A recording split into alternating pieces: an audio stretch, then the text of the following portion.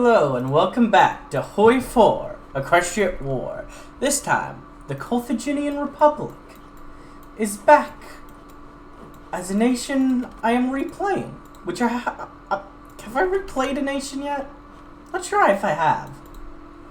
But we're not going to have too much time as this nation, so I'm going to just like throw down some stuff I can do quickly. Yeah, that sounds like a good idea. With some quick focuses.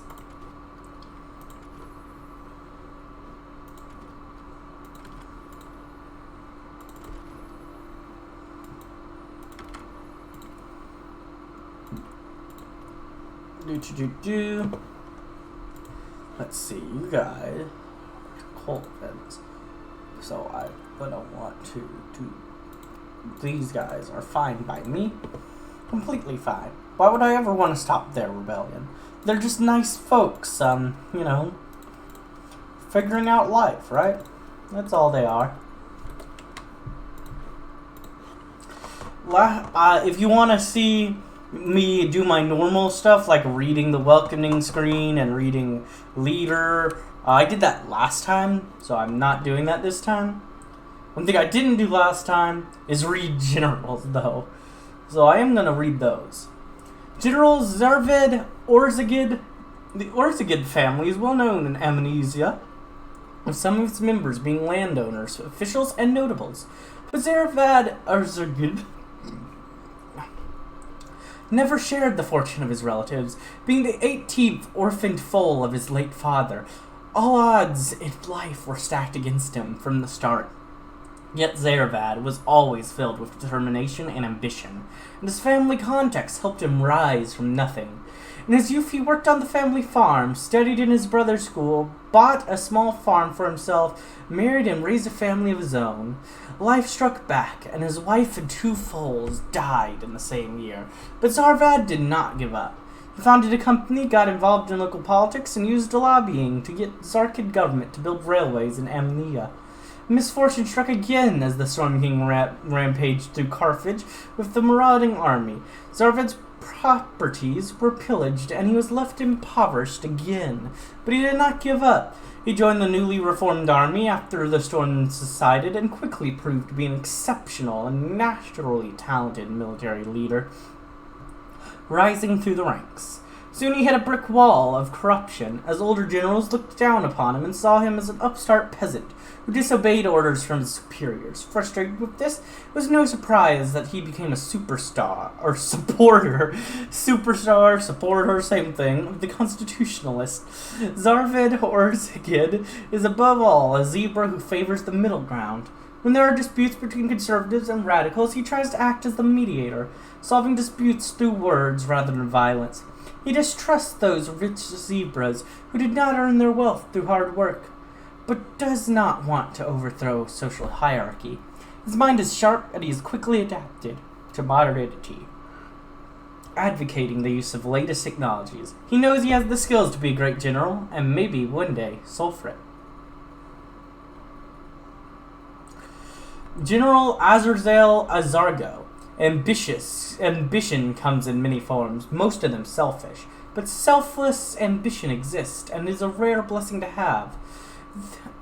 Azarzel Azargo was born in Colthaginian city of Zur in an upper-middle-class family of intellectuals, seemingly destined for a life going to university, sitting back and discussing philosophy, and doing nearly nothing else. But then one day, he announced to his parents he wanted to join the military, and they wished him farewell without much fuss. Enrolling in an officer school, Azarel quickly noticed flaws with the Colthaginian military. Its reliance on mercenaries, corrupt command structure, and far more caused total problems in the system. But Azarel kept his mouth shut. He would have opportunities to fix it all someday. Azarel's first assignment was the management of roads and dikes in the Karaman region. He remained there for years until the arrival of the Storm King, leading his unit underground. Azarel calmly guided the soldiers under his command towards survival and freedom upon the eventual liberation of Colthage, but without much of the publicity of Zalathar Zarka's own resistance effort. Returning to his post as a military engineer, Azarzal soon was contracted by officers and politicians affiliated with Zano Mazarzit and signed on to the program resisting Zarka's rule. What can be learned from Azarzal's story is that sometimes the simplest people are the most reliable. Azarzal has performed no great acts of heroism or political bravado in his life. He has simply done his service to the Colthaginian people at every opportunity. And one day, that responsibility will be to wage war, and by Zal above, he shall do it. Zago Zarka. I know why you got it into the military. Born in an impoverished rural village in Trotkat, Balazarar Zrutra saw a military career as the only path to escape the poverty of his home. He did his best to learn how to read, immersing himself in books about great historical figures, which allowed him to become the personal secretary of a general. With his hoof in the door, Belisara could begin to climb the ladder of military hierarchy. He entered a cadet school, earned a commission, and was soon promoted to captain under Zalmakar Zarka's rule. He led numerous pacification campaigns into rebellious regions such as Koltva and distinguished himself as a capable leader. He earned a reputation as always paying his soldiers, sometimes employing ruthless methods to acquire the funds needed. Numerous brutal oppressions to crush the rebellions took a toll on the zebra, and he soon developed a dependency on alcohol. At the same time, however, he was promoted to the rank of general, joining the upper echelons of Colthage military. But this was not enough for him. The stories he had read as a cult about larger-than-life heroes instilled in him a desire to make his mark on history. He now dreamed of becoming Sulfrit, hoping to succeed Zamilcar once he died. Soon the Zarka did die, but nothing went as expected. Colthage erupted into chaos, and the weakened central government was barely restored by Zamilcar's offspring. There was little Belisarza could do beside help with crushing rebellions as always. After the dust settled, it was clear he wasn't the only one vying for power, but the competition and chaos only made him more determined. One day he would become Sulfrit, and he would make things right. General Batran Zaris.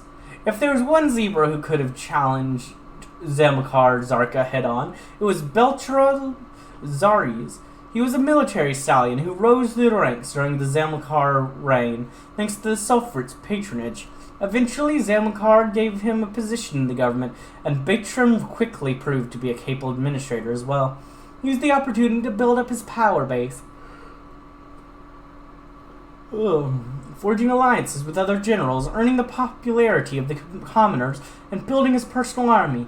His power grew quickly, much to the dismay of the scientifics. They were concerned and advised Zamilcar to turn on Beltram.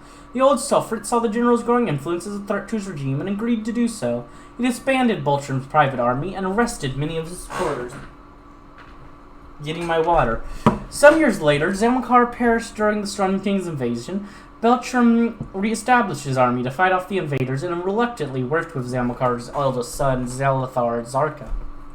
Thus, he was able to take advantage of the chaos and rebuild his diminished power base. After the restoration of peace and order, Beltram stood as the second most powerful zebra in Colthage. Batran is a counterweight to the scientists, and is very popular both among soldiers and citizens. Over the years, he earned the personal loyalty of many generals and admirals, and in practice is the true head of the military. He opposed the state-directed economic policies of Zamilcar, and is a proponent of free economy and business interests. It is clear that he has an aspiration to save Colthage, so anyone who opposes him must tread carefully. They must remember that in the end, true political power grows out of the barrel of a gun. General Zoro Orczor. Zoro Orczor is one of the senior generals of the Colthaginian army, and is greatly respected by soldier and civilian alike. Born in Colt Rubis, he entered the military academy of Colthage and graduated as an artillery officer. His father had been an engineer, and Zoro had developed a fascination with firearms from a young age. so it was inevitable that he ended up becoming a designer of military material. As Zamilcar Zarka was modernizing the Colthaginian army, he needed zebras like Zero to create a modern arsenal. Zero answered the call and proved to be an ingenious and diligent designer, taking Griffonian designs and modifying them to perfection. His most famous work is the Garcano Orchzor Model 989, the standard weapon of the Colthaginian infantry. He also wrote several manuals on weapons and was promoted to director of the Department of Artillery. After the invasion of the Storm King, he started work on the world's first gas-operated semi-automatic rifle, which he calls the C-1007, and which others simply call the Oshzor rifle. It is a revolutionary design, but he is distracted by his duties as general of the army during a period of instability. While he is loyal to the Zarkid regime, he also believes the other faction in Colthage would be foolish not to adapt his superior design once it is finished. You're a war hero that's politically connected, so you could literally auto-promote. General Zebzel Zoblos. The mere mention of the name Jebzel Zoblos is enough to make almost any Colthaginian uncomfortable, furious, or terrified. She is without doubt the most infamous and controversial officer in the military of the Republic. Word of her infamous deeds have spread far and wide, cementing her reputation as a ruthless commander. Zebzel was born to a family of urban workers in the city of Zapsa. While attending school in her youth, she earned a reputation of a bully, an arsonist, and a filly who enjoyed torturing animals. Eventually, she was expelled for her behavior, leaving her without an education to qualify for good jobs. So when she grew up, she made the decision to join the army, where her actions would not only be accepted, but respected. It did not take long for others to recognize the usefulness of her harshness and brutality, and she was soon made into a trainer of recruits, enforcing strict discipline on them, and creating a culture of hazing which weeded out the weak. During Zamilcar Zarka's reign, several revolts broke out, and Jebzel was one of the zebras put in charge of suppressing them. This is where she became a terrifying legend, a tale told to foals to scare them. Her soldiers left behind a trail of destruction as she ordered any villages or towns that were potentially sympathetic to the rebels to be burned to the ground. This brutality made the rebels flee elsewhere, so Jebzel claimed she had defeated and killed them all. Zamilcar believed her claim and granted her the rank as general as a reward for her valiant efforts. When the Storm King invaded Colthage, Jebzel ensured soldiers loyal to her avoided direct confrontation with the enemy, thus sparing them from destruction. They joined Zamilcar Zarka as he marched into the capital after his Storm King's death to restore order. Those who had tried to take advantage of the chaos faced the worst possible fates imaginable, all thanks to Jebzel Zablos and her bloodhounds.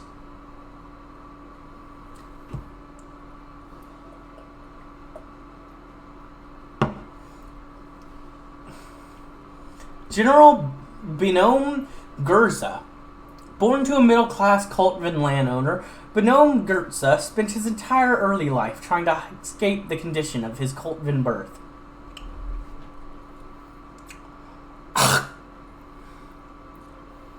I got hair stuck in my foot for no reason. His father had tried for years to earn the respect given to any Colthaginian of his status, but he was looked down upon as nothing more than a country hick. Binom would continue his father's objective by doing all the dirty deeds asked of him by the local Colthaginian government, eventually earning a reputation as a ruthless and mildly competent fixer. He enrolled in a local military academy and received an officer's commission thanks to his work as a grunt and a decently sized bribe. The one time Binom made use of his Coltvin heritage was when the Storm King invaded Colthage. He met with General Zoblos, and they hid in the jungle of the eastern province, committing horrid reprisals on Storm King and Coltvin rebel forces alike. Though it should be noted, he never won a battle he personally led.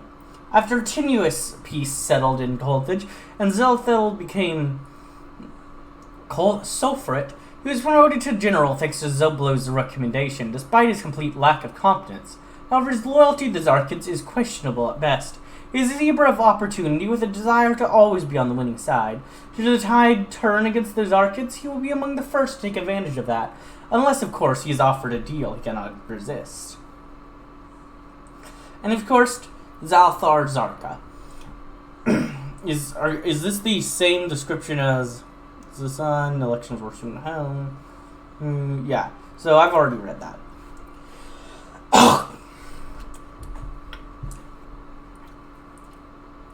So that's all the generals that have descriptions.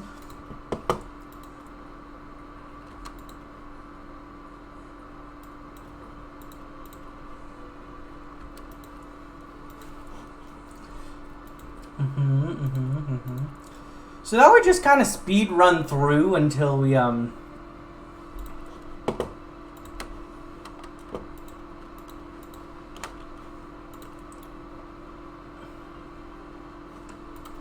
actually first we delete some of these troops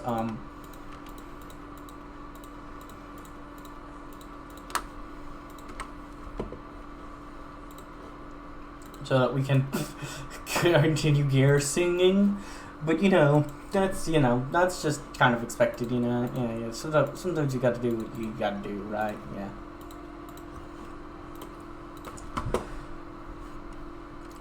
And now unlike last time,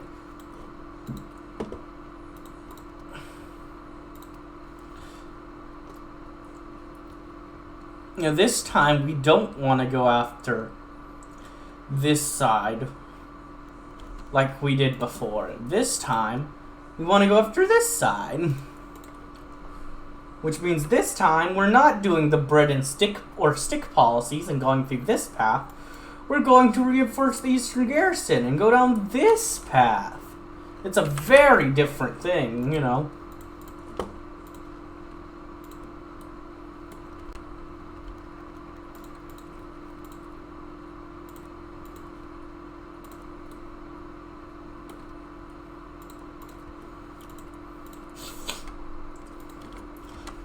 Reinforce the eastern garrisons. The Colthaginian bandits have increased their activity lately, mostly consisting of peasant rabble unable to accept their lot in life.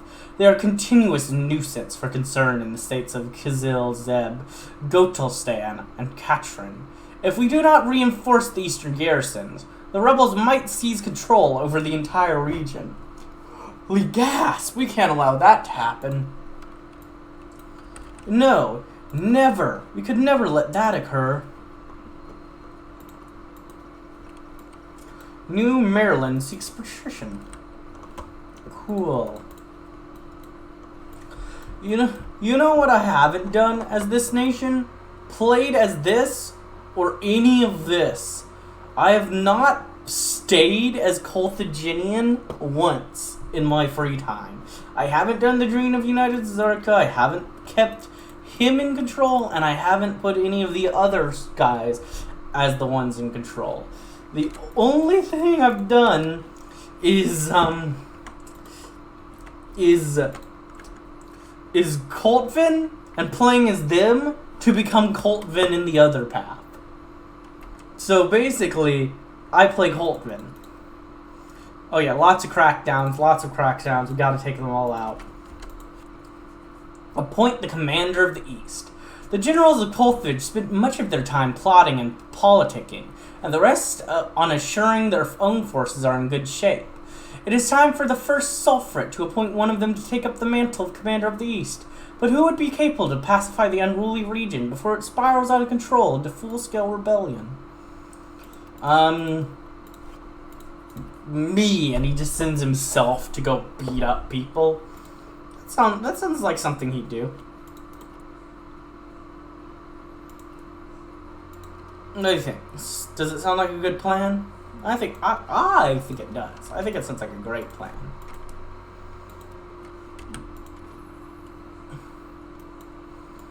I mean, what plan is better? Come on. What plan could possibly be better than that?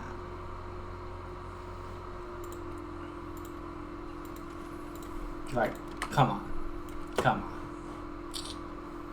It's obvious. The new commander of the East. Father, how did you deal with the generals as problematic as these?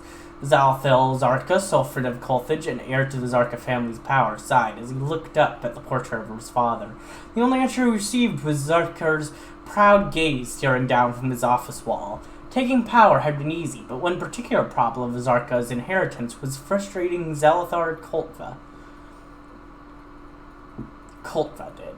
Just like himself, Koltvins have fought a war of attrition against the Storm King, but now they resisted Colthaginian control as well. Under the guise of land reform, rebel leader Zeratid rallied the forces of Koltva. The situation was dire. Although the Colthaginian forces outgunned the rebels for now, they lacked a clear strategy. To crush the rebels, Zelthel needed to appoint one of his generals to lead the way, as he himself was indispensable to Colthage. 3 candidates had come forward, although sadly both his brothers had passed up the job. First to apply was Bezzer Zeratra. Ever looking to increase his own influence, it was no secret that Zebra was an addict, but he could lead a fight. If given us incentive, Bezzer could pacify Koltva, but Salthel worried about the increasing Sly general's power.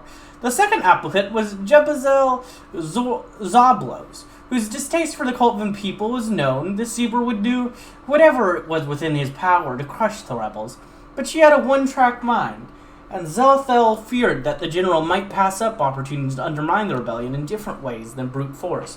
The final candidate was Zilid Anazalid, a general who sympathized with the Constitutionalist faction. By all accounts, Zilid was a decent Zebra, and his mild manners might help legitimize Colthaginian rule, and the Gazeratid seem as ruthless party. However, Zelthel feared that the general might try to advance his own factions in Koltva, replacing one problem with another. After weighing the candidates for a while, the Sulfur decided to come to the choice of, and we are going to be going with Zilad Anazelid, as I have gone for the path of trying to completely stop them before, and from what I've seen, that's the path that you can actually succeed with. Most of the other ones that I've tried seem to fall apart on you. But first, we're gonna either reassure the landlords or token land reform. And we are gonna be going with token land reform, but let's see what reassuring the landlords would do. Just need to get some water in me. If any Zebra... Oh, let's look at this first. Police reform. Congrats on your promotion, Commissioner. General Zilid Anazeld smiled gently at the Coltvin before moving over to the window of his office. You are to be the first Coltvin police commissioner in half a century, if my notes are right.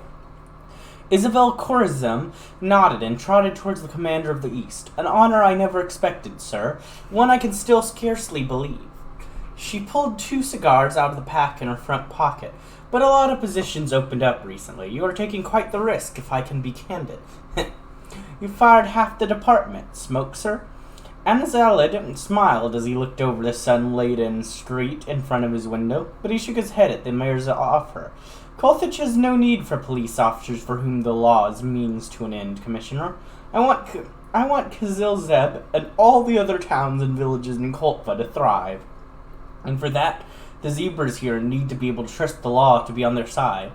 All right, the mayor put one cigar back before lighting her own. The government is probably going to whine to Zarka, along with the big landowners, but I will not mess up this one shot at peace, General. The police commissioner grinned. Makes me wonder, was the corruption just as bad over in the capital? A trail of smoke started rising from the cigar out of the open window. Anazalid's smile faded at the question. The Storm King left her institutions in tatters, and opportunists took advantage, he sighed, and looked down at the medal on his uniform. The rot goes deep, but for now let us focus on what is within our reach, Commissioner Kazam. Isabel took another puff from her cigar. Zal defends the just, General. Your actions will not be in vain. You've given me more hope in a week than I have had since I joined the force. Don't forget to keep some for yourself. Let us focus on the task at hoof, Commissioner. Now, let's take a look at reassuring the landlords. If any zebra will civilize the Coltvins, it is the landlords. However, their properties have been under assault by Zeratid's bandits. Some of the key landlords in the region are at a point of abandoning their ventures if we do not protect and help expand their businesses. By giving them our assistance, we might make productive land out of the eastern provinces. But instead, we are going to go with token land reform. The peasants of Coltva are up in arms about the distribution of lands in the region. Hunger and lack of perspective are what drives the brunt of the unrest there. Compromising on the topic of land reform will not sit well with the powerful landlords, but will take the wind out of the sails of Zeratid's bandits. Surely a diehard will continue to raid us, but perhaps we can win the populace win over the populace with this. The end of army looting. Come on, Captain, don't be such a bore. We just got some rum for the night. We can't break nothing. We even got you a bottle. One of the soldiers in Captain Pazeb's office in the Colthaginian army barracks was making excuses for their behavior. With a smile, the captain took the bottle the soldier gifted him. I can't fault you for your taste, Private, but our foraging trips are over now. General's orders. So you better treat every Coltvin as if they are Sulfrit's mother from now on. Old Zarka's wife is still kicking? One of the other soldiers asked defiantly. Yes, Corporal, and we are going to pay her a visit when you are there. You can explain why we took all her rum. Now move out, soldiers. The trio of looters saluted and then followed the captain out, with the alcohol they had acquired. Captain Pazeb marched unflinchingly to Arten, the soldiers behind getting more and more embarrassed at the stares the locals were giving them. Pazeb made sure to parade the trio the long way around the liquor store. Looking inside, the captain saw the clerk jump behind the counter when he saw the uniforms. He knocked softly, raising his voice. Good evening, miss. We have come to return some goods. Could we come in? Without waiting for an answer, the Colthaginian opened the door, and the four entered the store. One shelf was laying on the floor, pieces of glass bottles scattered about the store. This is what breaking nothing is, huh? Pazeb muttered before trotting to the counter and putting his bottle on the counter, along with the coins to pay for it. I apologize for the mess, ma'am, on behalf of the military. The zebra behind the counter cautiously raised her head. Huh? Are you serious? The officer's warm smile and the shy looks of the soldiers behind him convinced the clerk before Pazeb ever could. Yes, the ones who vandalized the store. That must have been a month's worth of damage. I see how it is. The army captain pondered for a moment before smirking, grabbing the rum he bought, and turning to face the zebras. You are staying here tonight to clean up the damage, and then you're helping this clerk every evening until she reckons you made it up to her. He glanced at the soldiers. And if I catch any of you with alcohol for the next month, you're peeling potatoes until their hoofs fall off. Are we understood? Yes, sir. Sir, yes, sir. And yes, I'm going to say that's going to go ahead and be the end of this episode. In the next one, we'll continue on with our path of stopping this region from rebelling and letting the other region rebel. But I hope you enjoyed, and if you did, like, comment, subscribe, and hit the bell button. And as always, peace.